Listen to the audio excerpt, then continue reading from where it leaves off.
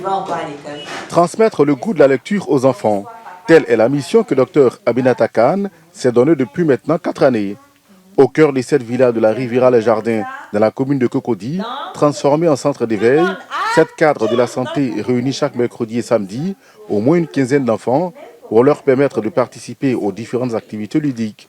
Mais ici, la règle est connue de tous. On procède à une séance de lecture avant de jouer. Faire de la lecture une activité qui soit ludique, qui soit génératrice de plaisir et que les enfants, au final, passent un bon moment en lisant.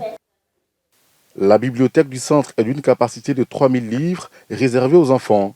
Des livres offerts par des personnes de bonne volonté et certains achetés par la directrice. Pour Dr Aminata Khan, le livre est d'une importance capitale pour les enfants. Aujourd'hui, quand on regarde un peu les lettres de motivation, les CV, on se rend compte que le niveau d'orthographe des enfants a baissé, et même souvent de certains adultes. Et donc nous pensons qu'en allant avec les enfants, nous allons semer une graine. Les activités du centre, ici on lit, ensuite on joue, sont entièrement gratuites. Et la directrice est accompagnée dans sa tâche par 15 bénévoles, chacun avec un rôle précis.